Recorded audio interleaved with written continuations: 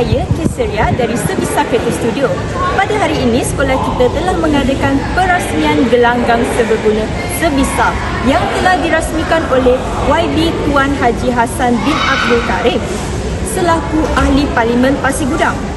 Untuk pengetahuan semua, gelanggang seberguna Sebisa ini merupakan hasil tajaan daripada Parlimen Pasir Gudang.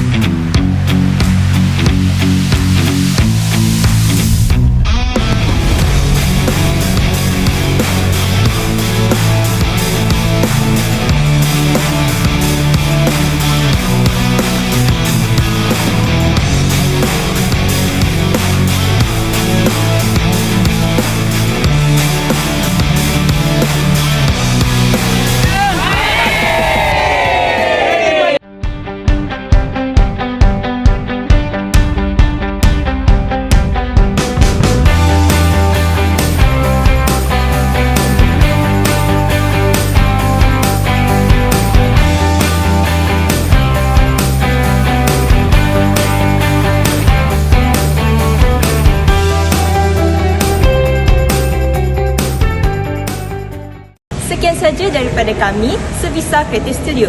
Jangan lupa like, subscribe dan follow laman sosial sekolah kami. Cetus idea, cipta inspirasi. Bye!